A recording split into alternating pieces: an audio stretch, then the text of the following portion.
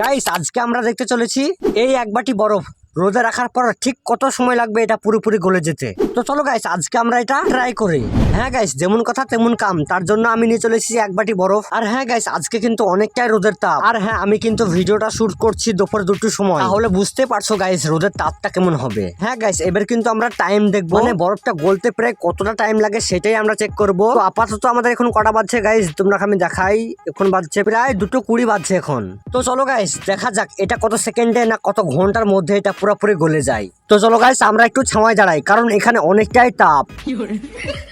আর হ্যাঁ গাইস তোমরা যদি আমাকে ছোট ভাই হিসেবে ভালোবেসে থাকো তাহলে কিন্তু ভিডিওতে একটা লাইক করে দিবে। আর হ্যাঁ সাবস্ক্রাইব করতে ভুলবে না, কারণ আমি তো তোমাদের ছোট ভাই, তাই বলছি সাবস্ক্রাইব করে দিবে। তো গাইস এখন বাজছে 2:25। তো আমরা যাওয়ার পর বাটি থেকে বরফটা মাটিতে রেখে দিলাম, তারপর আমরা চলে এলাম 2:40-এ। গাইস প্রায় 20 মিনিট হয়ে গেছে, তবুও কিন্তু এখনো গলতে অনেকটাই বাকি আছে। গাইস সাবস্ক্রাইব করে রেখে দাও, পার্ট 2 দেবো।